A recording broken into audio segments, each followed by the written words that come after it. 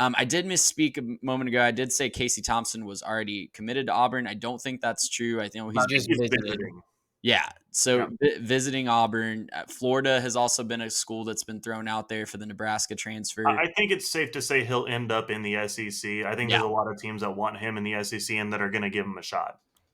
And I think rightfully so. I think Yeah. you look at Florida or even Auburn, you definitely take a guy like that, right? Yeah.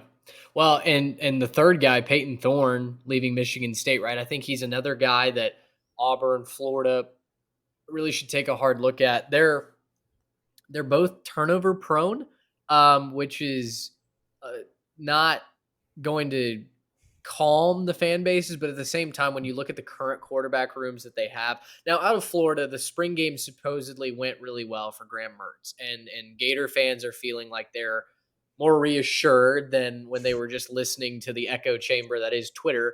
When What he does that transferred say about over. Florida's defense this year? Then that's Well, what I want to know. that's what I was getting ready to say. I was like, the flip side is Florida's defense might stink. So, to be determined there. But yeah, I think Thompson and Thorne to me are the most intriguing transfers because I don't know that we really fully understand what either of them are.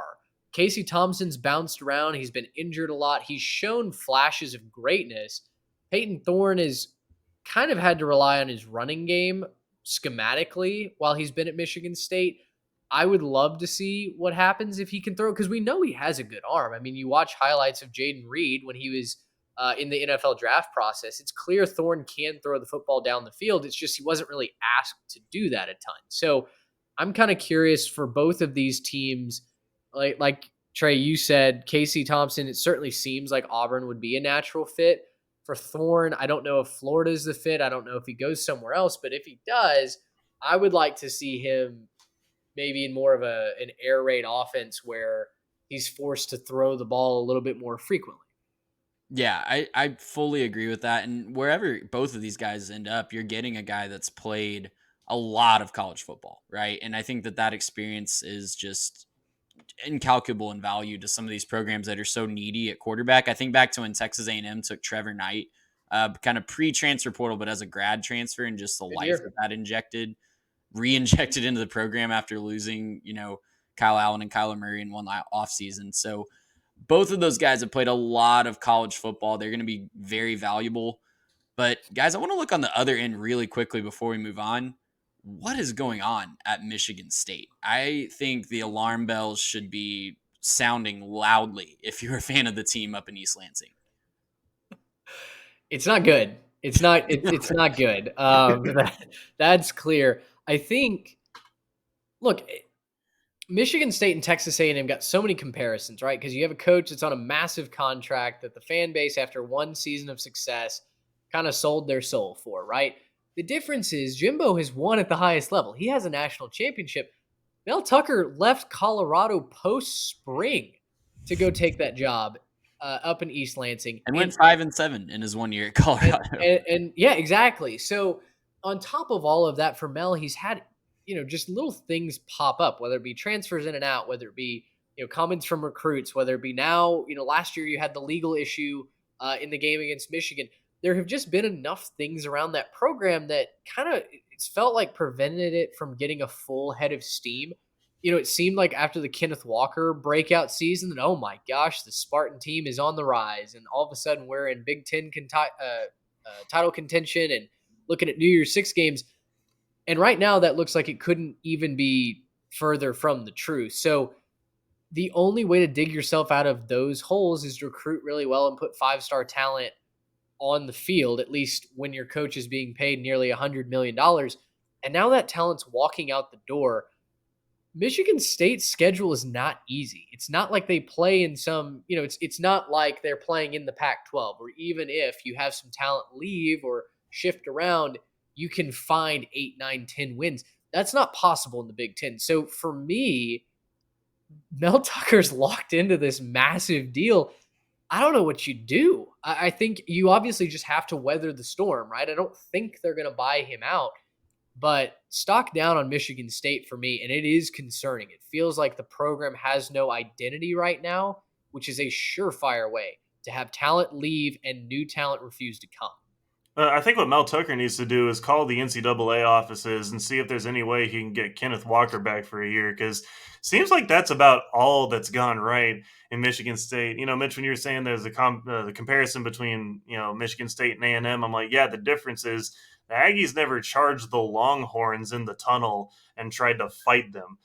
There's so many issues that seem to just be circulating around that program, and it seems like, you know, it seems like it's probably a great place to be when you're winning, and you know, when the vibes are right and when things are going well, it's probably a great place to be. But I think that there's some clear issues with adversity, and that, you know, when they strike, you know, when they strike up with adversity and they say, hey, you know, we haven't gotten the way that we wanted to go. We lost a couple games. There's a couple things that didn't quite go our way. It sure doesn't seem like things are going well. And, you know, I would argue that having your quarterback transfer out is not necessarily a good sign for that program either. Not necessarily a good sign that things are going very well behind the scenes there. So, I mean, look, yeah, they're definitely in trouble. You know, stock down may not quite capture what's going on in East Lansing, because there's some serious problems, especially again given the landscape of that Big Ten. I know that Ohio State's maybe a little bit down this year, losing Stroud, losing a lot of those pieces, but they're going to stay competitive. They're going to stay really, really good and talented. It just depends how fast the quarterback comes along. Michigan, by the way, won back-to-back, you know, conference titles there. And you know, you're looking at, you know, a Penn State team coming up that's, you know, a lot of people's dark horse. I know we all think they have a lot of opportunities there. And so if you're Michigan State, you're looking at that saying things are getting a lot more competitive and a lot more elite. And there's a few more haves in the Big Ten than there used to be. And we're not one of the haves. We are a have not. Oh, and by the way, there's a couple teams in the heart of Big Ten country, USC and UCLA, that may just be joining you here in the next couple of years to maybe have some more halves, and you again looking like the poverty program, which we don't want for Michigan State. But I mean, you can't keep Peyton Thorne on your roster. What's going on? Post spring. Yeah, Yeah. that's the biggest alarm bell to me, is it's post spring. It's not, you know, hey, I really was unhappy with the 5-7 season and I just want to look elsewhere to maybe advance my talents, or I felt like I could accomplish all I can at Michigan State. He was in it. He was going to be the starter and be a third-year starter for Mel Tucker. And now that plan, like, what do you do? Do you try to go get a Casey Thompson and recruit him away from the South? Do you try to, like, you got to find someone in the portal probably, because I don't know that they have the next guy on their roster. Guys, I think one of our May episodes needs to be one-year wonder coaches, and maybe trying to see which of these coaches that have had one good year. I'm thinking about Mel Tucker. I'm thinking about maybe Dave Aranda at Baylor. I'm thinking about a couple other guys. You leave Dave alone. Listen, he talks with an amazing voice. He has an amazing, powerful, deep speaking voice, but he hasn't proven it outside of that 1 year. I think it'd be a fun show to kind of go back and forth on some of those guys. But it'd be fun. We'll leave that for another episode. Couple other portal highlights before we move on to our NFL draft recap. Tyler Van Dyke rumors are swirling. I know it's been a will he, won't he enter the transfer portal that would rival all the 90s TV sitcoms. And Bear Alexander, we haven't got to talk about this, but one of our breakout candidates for 2023 on the defensive side of the ball. The next week. Yeah, literally the next week. Can't make this up. And I think if we're talking about a breakout candidate, he definitely will have fewer barriers to that at his new home. He is transferring from Georgia to USC. Big boost for the Trojan defense, guys. Look, when I picked him as a breakout candidate, I didn't anticipate that he was transferring. I didn't have any behind-the-scenes info, but I feel great about it now. Getting a chance to swing over there and play for the portal wonder Lincoln Riley, who, by the way, someone in our comment section of the video we did on Bear was very upset about Tebow, but we're going to let that one slide for now. And TBOW, I'll let you put the words together. It's a Sooner term that they let you. Okay. They don't like Lincoln Riley is the just that guy out west. I thought we were talking about Tim for a second. I was like, not Tim, not connecting those dots. That guy out west. The guy out west. Got it. They're not a big fan of Lincoln Riley. He seems to do wonders in the portal, and being able to snag a guy like Bear Alexander away, I think just goes to show that's what it is. I don't know that he's tampering. I don't know that he's cheating. I know a lot of people in Norman believe that, but I do think it goes to show that this is This is something he does extremely well. USC is a destination at this point, and it's going to be really fun to see them return to prominence. I know last year was really good for them. Let's see what happens if they can make a playoff and maybe bring USC back to the national stage. Well, hey, the good news for USC is Tyjae Spears on one ACL. He ain't walking through that door. He's not walking through that door. So I think they should be fine this year. Yeah, it's a great fit for USC. Look, logistics aside, I think it's kind of an open secret that USC had basically already recruited him before he officially hit the portal, which is a shame. And again, we have to find a way to shut this down. But that aside, it is what it is. Back to the Tyler Van Dyke very quickly.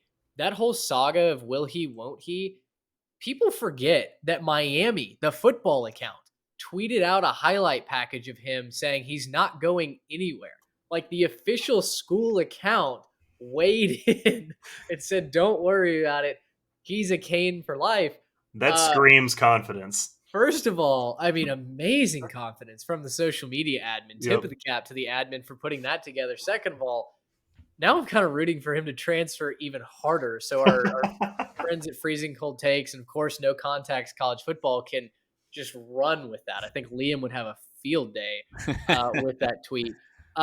Yeah, quarterback, it's going to be, unfortunately, I think a sitcom is probably a great way to describe the quarterback carousel every year.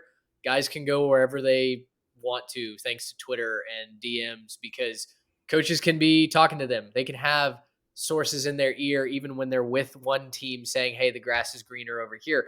That's always been the case. That's not new because of the portal. It's not new because of Twitter. It's just more public, right? Yeah. And so unfortunately, that's where I think the game is going to keep evolving to or devolving to, depending on how you look at it, until there's some sort of line drawn in the sand by the NCAA. But of course, it's the NCAA, so we know that line won't ever be drawn and enforced.